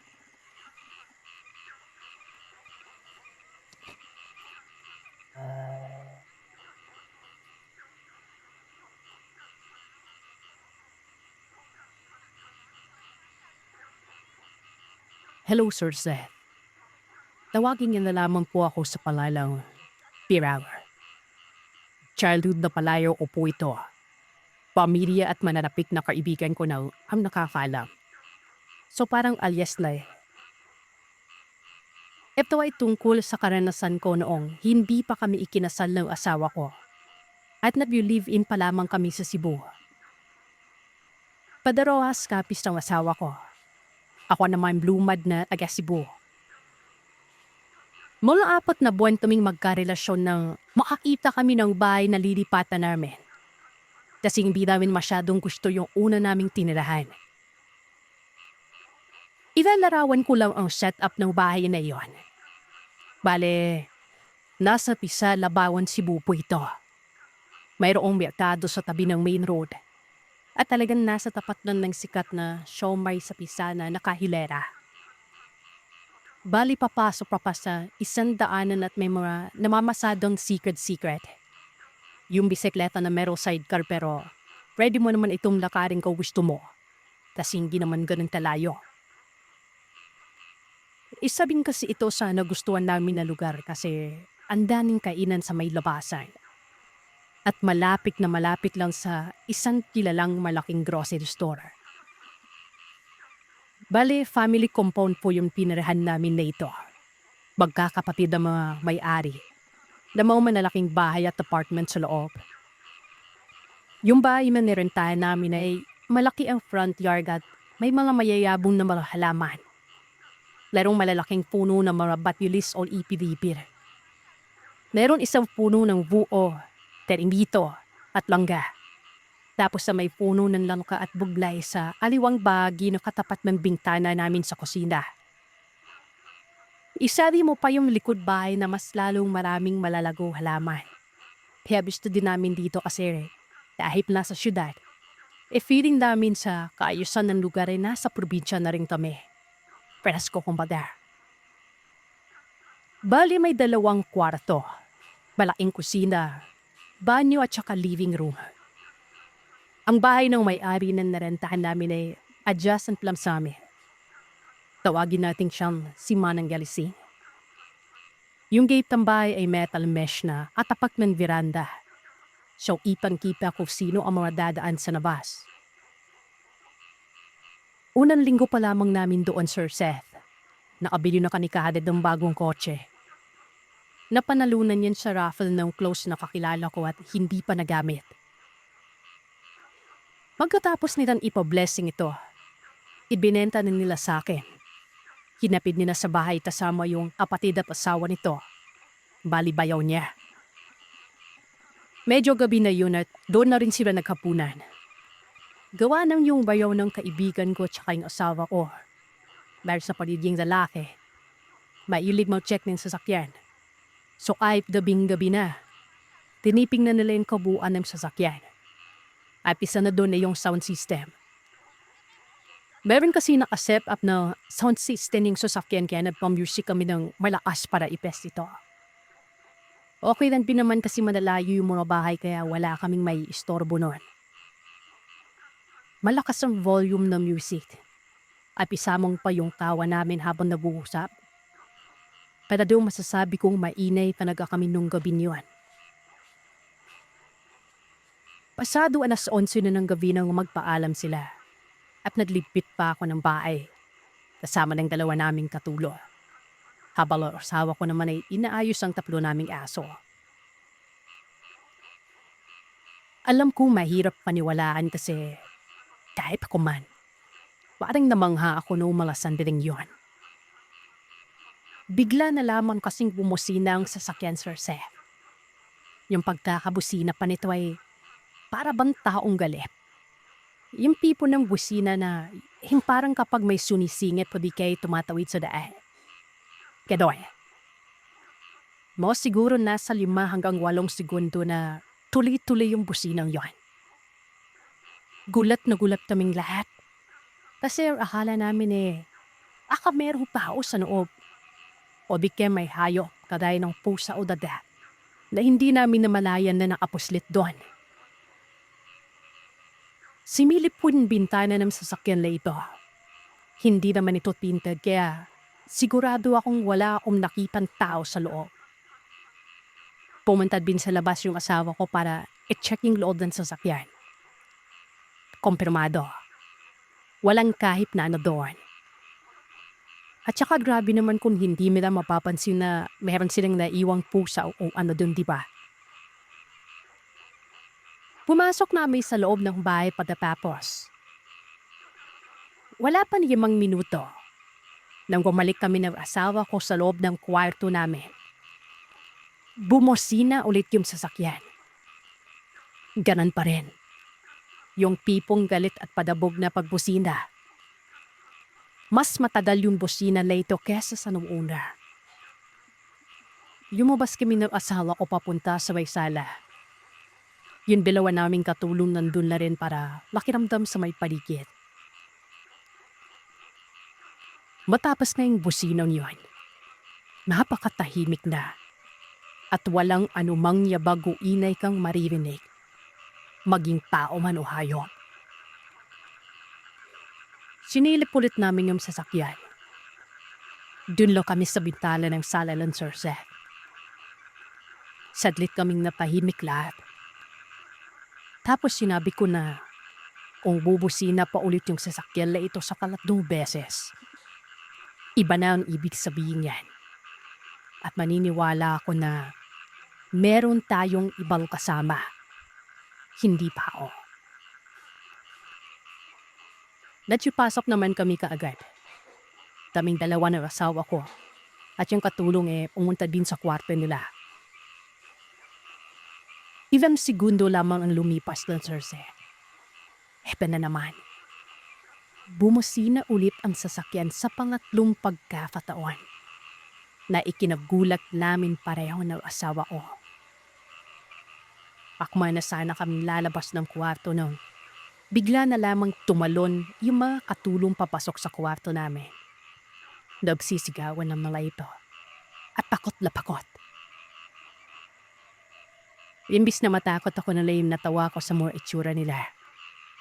Namumutla kasi mga labi nila noon. Sa puntong yun, kahit takot na ako sumama ako sa asawa kong lumabas ng bahay. May bela-bela kaming flashlight doon. Kasi kahit may ilaw sa labas, madilim pa rin doon sa parte ng mga puno.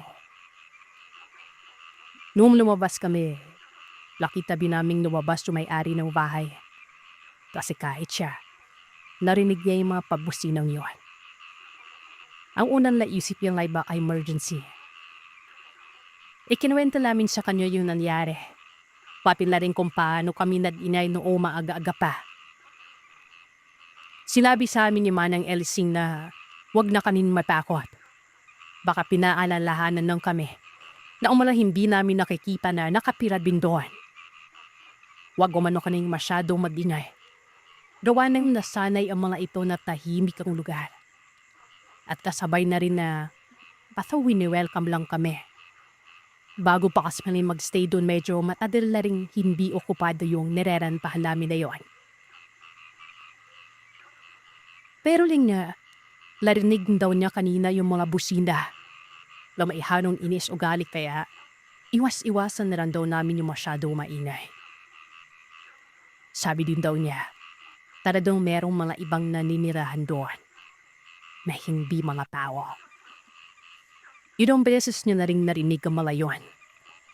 Napaparamdam pala mismo sa kanya minsan. Kahit na wala pang nakapira doon sa bahay na yun dati. Ang ginawa namin, humingi kami ng paumanhin. Pasensya na kung naistorbo namin sila dahil maingay kami at napatugtog ng malakas. Hindi namin intensyon na istorbuin sila. Pagkatapos namin gawin yun, Sir, magdamag na kaming pahimik. Wala na kaming narinig na busina pa sa sasakyan na yun. Isang hapon naman, mga alas 5, nagdesisyon ng asawa ko na mag-ehersisyo. Doon siya pumesto sa may tapat na kusina, malapit sa puno ng bublay at langka. Kung nasa labas ka kasi, tanaw na tanaw mo yung loob ng bahay, malalaki yung bintana. At kung nasa loob ka naman, kitang-kita mo rin yung mga tao na nasa labas. Habang nag-ehersisyo asawa ko, nakita daw niya ako na naghahanda ng aming hapunan. Alam niya ako yun kasi yung paralatawan at suot ko na damit. Ganun na nung araw na yon. At nung nakita nila ako doon, sa may kusina, tinawag niya pa ako para tanunin ko ano yung niluluto ko. Hindi umano ako sumagot ng Sir Seth. At patuloy lang umano ako sa ginagawa ko sa may lababo. Nakatalikod kasi umano ako noon. Kaya akala niya, hindi ko lang siya narinig at ang makakatulong din ay nasa labas noon para ilakad yung mga aso namin. Noong natapos siya sa pag-exercise, pumasok na siya ng bahay at ang una niyang tiningnan ay kung ano na yung niluluto ko para sa hapon na yon. Pero pagkarating niya doon sa may kusina, wala siyang nakitang ulam. Kahit silain na kanin. Maski o wala. Beli-beli siyang pumasok sa kwarto at nakita niya umano akong natutulog. Kaya naman kahit papano ay nagtaka ito. Gimising nga ako at pinalo kung niluto ko kanina sa baba. Ako naman nagtaka noon. Sabi ko, hindi ako bubawan na pinatamad ako magluto. Kaya bibili na lamang kami ng siomay, barbecue at puso para sa hapunan. Sabi niya sa akin, lakipan nga daw ako sa may kusina at may hinahanda nun. At kung ano ang suot ko habang nakahiga, ganun na ganun din umano ang suot ko doon sa may bandang kusina. Ang sabi ko naman, 4:00 pa lang ng hapon tulog na ako gawa ng inaantok ako. Nagtinginan na lamang kami pagkatapos noy. Tapindi na kami umimik pa. Ito naman, mga siguro 2 linggo pa lamang namin sa bahay na yon.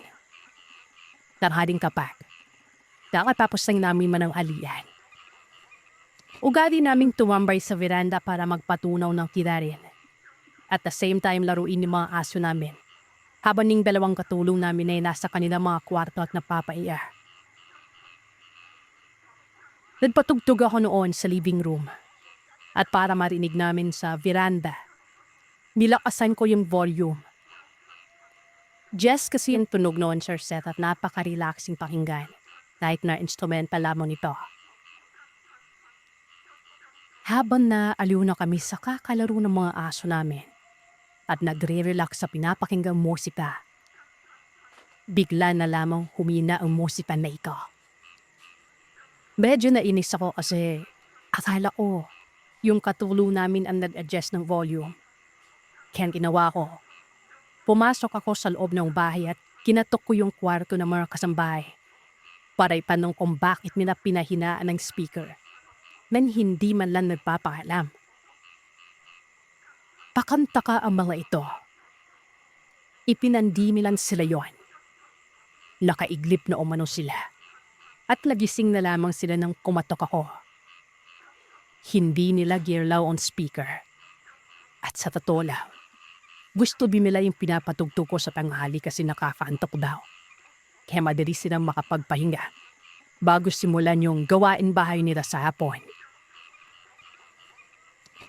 Medyo nagulat ako sa sinabi nila kasi na-realize ko na minsan, hindi sila nakikialam ng mga ganitong bagay kahit noon pa man sa dati naming plitirahan. Yan ginawa ko ay humingi ako ng tawad sa kanila at naistorbo ko rin pagtulog nila. Pumunta ako sa speaker para i-adjust ulit yung volume para marimig namin sa veranda. Mula ilang minuto, nag-uusap kami ng asawa ko habang nakaupo doon. E paano naman? Bigla-bigla na namang humina yung volume ng music ko. At sa 2 beses na ito, yung paghima niya, as in akala mo kulang na ng papatayin. At alam mo talagang merong lagsadyang pindutin ang volume button at i-adjust ito sa pinakamahinaw tunog na para bang nagpapahiwapig na meron na naman kaming naistorbo noon. Bito bigla ang tumayo yung balahibo ko kasi. Bigla kong naalala yung nangyari noong unang linggo namin. Yung tungkol sa busina ng sasakyan. Hindi lang pala sila sa gabi na istorbo, kundi kahit anong oras, kahit napatanghali pa. Ang ginawa ko, Nagpasama ako sa asawa ko sa loob. At uli-uli akong humingi ng paumanhin. Doon yung akala ko, gabi lang sila hindi pwedeng istorbohin.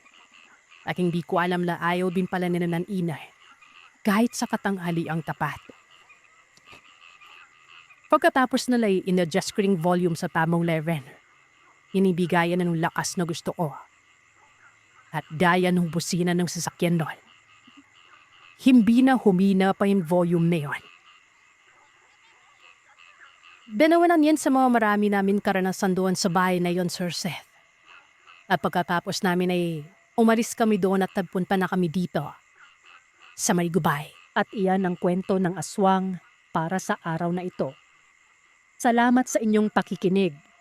Huwag kalimutang mag-iwan ng komento at sabihin sa akin kung ano ang inyong naisip. Hanggang sa susunod na kwento, matulog kayong mahimbing kung kaya ninyo.